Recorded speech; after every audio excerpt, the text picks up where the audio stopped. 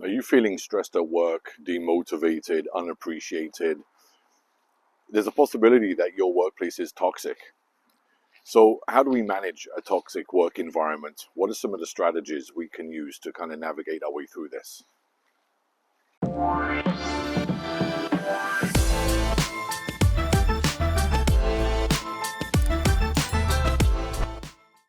I'm John, and welcome back to the channel. Here I talk about applying for jobs, interviewing, and navigating the modern workplace. So, before I get started, anybody watching in Canada, a very happy Thanksgiving to you and your family. I was actually at a Thanksgiving gathering yesterday, and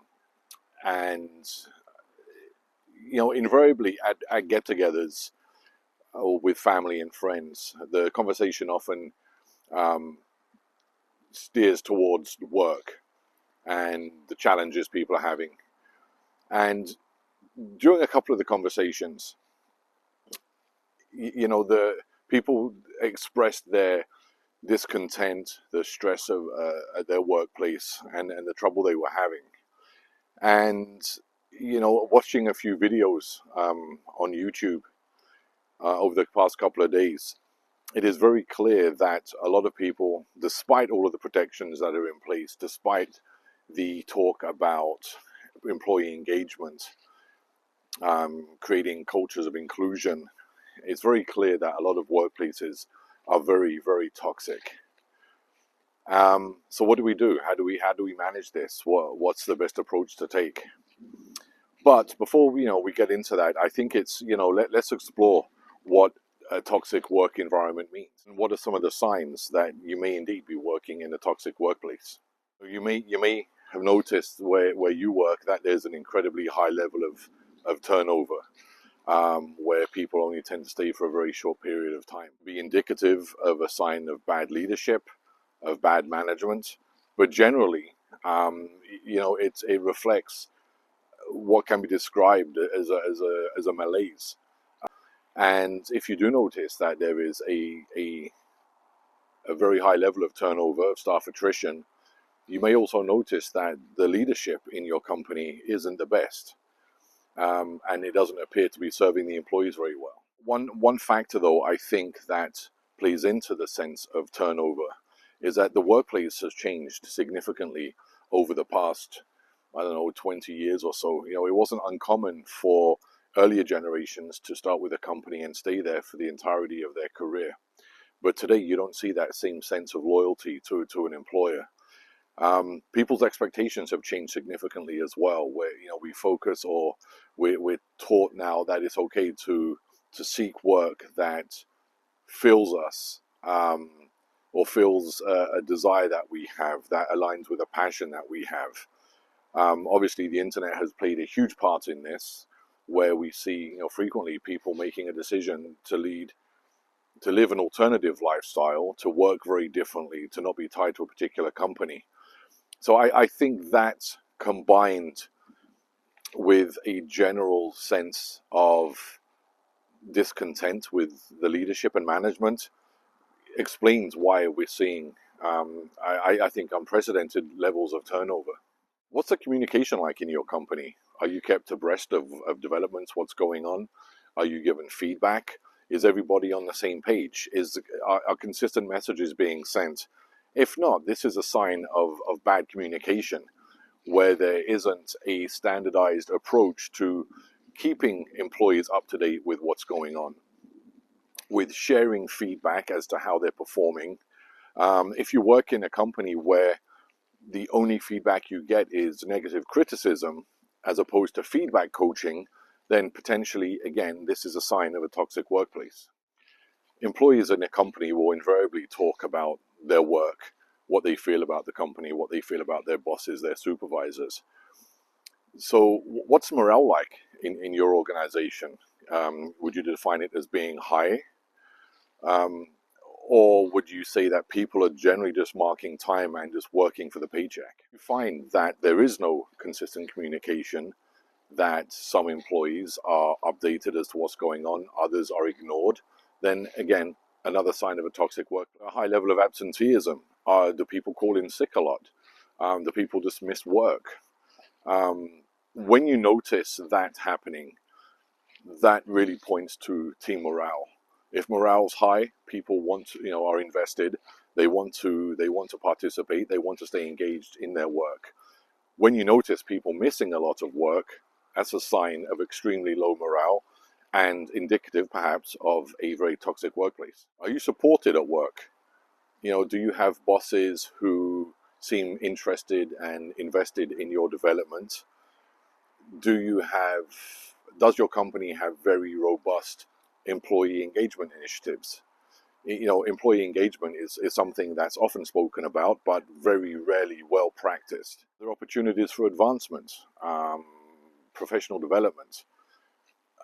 I've worked with organizations where it was clear that it was very, very difficult to rise through the ranks. And eventually this will lead to a lot of the things, the issues I've already discussed: absenteeism, low morale. Not creating a structure for team advancement, not only is it a recipe for, it poses challenges for sustainability, but it does not create a very healthy workplace. What is the company's commitment to work-life balance? Is there an expectation that you'll work weekends, that you'll be on call in the evening? This is very different perhaps for hourly employees as opposed to salaried employees. But if you're a salaried employee, how much work are you doing outside of the office? Does your manager expect you to reply to emails and to answer the phone when they message you on weekends?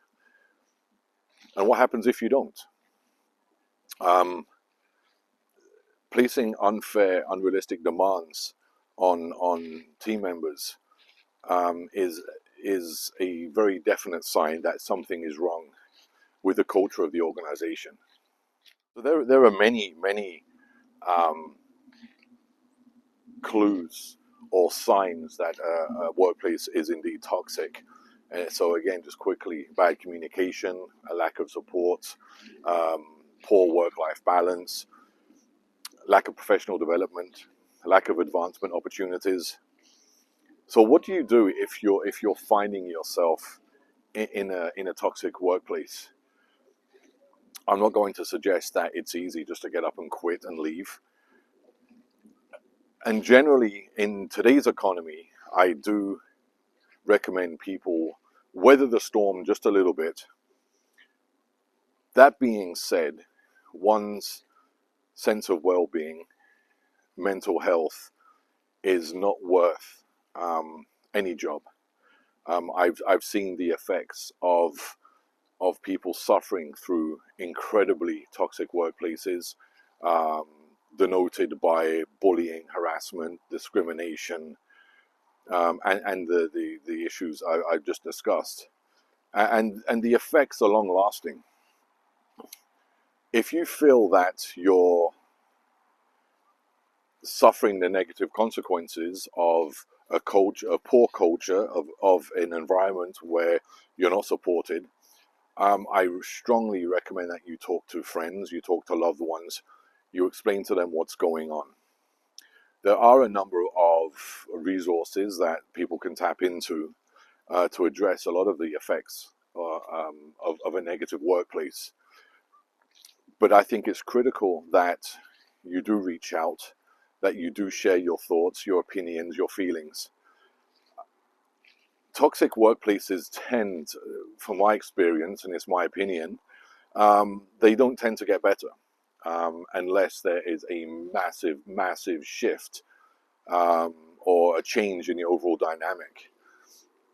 They don't tend to get better. And eventually they'll fall victim of their own poor treatment of their employees, of their own bad management structure, of their bad leadership. They will fall victim to that. But in the meantime, employees will be suffering. It's not always easy just to get up and quit a job. In the meantime, again, I can't stress enough, reach out to people, reach out to friends, loved ones. Let them know what's going on. Let them know why you might be feeling stressed. Plan your exit though. At the same time, definitely plan your exit. Brush up your resume. Quietly apply for new jobs, other positions, and avail yourself of any resources that your benefits package might offer you. Is there room for? Is there a program to entitle you to stress leave, to take extended absences from work? But I think the message I want to give is that no work, no job is worth suffering for the paycheck. I know it sounds easy to say, but it's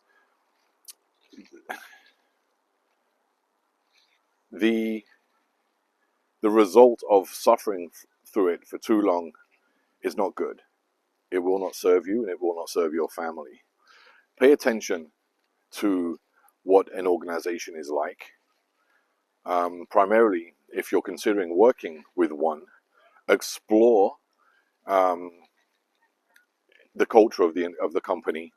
Check out review sites like Glassdoor, and where you'll see a lot of employee feedback. Take it with a slight pinch of salt. People, happy employees tend to not leave reviews on sites like that.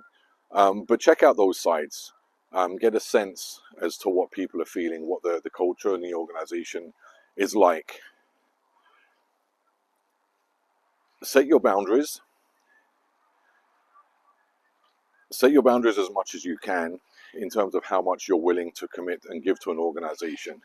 A lot of companies will absolutely take advantage if you're seen as somebody who's willing to keep going the extra mile. Set boundaries and understand that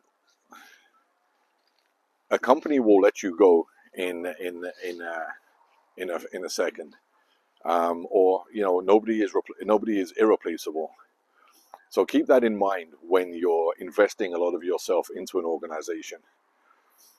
So yeah, I just wanted to share a few thoughts. I think the message here is just to really pay attention to the companies that you're working in. Pay very close attention to how you're being treated, how others are being treated. If you can, say something. If you feel that you can't, then confide in family and friends. Don't keep it to yourself. All right, guys. I hope you got something from this, and if you did, I would really appreciate the thumbs up and subscribing to the channel. And until the next time, again, happy Thanksgiving to all my Canadian friends. And I think, the US Thanksgiving is coming up fairly soon. But until the next video, take care of yourself.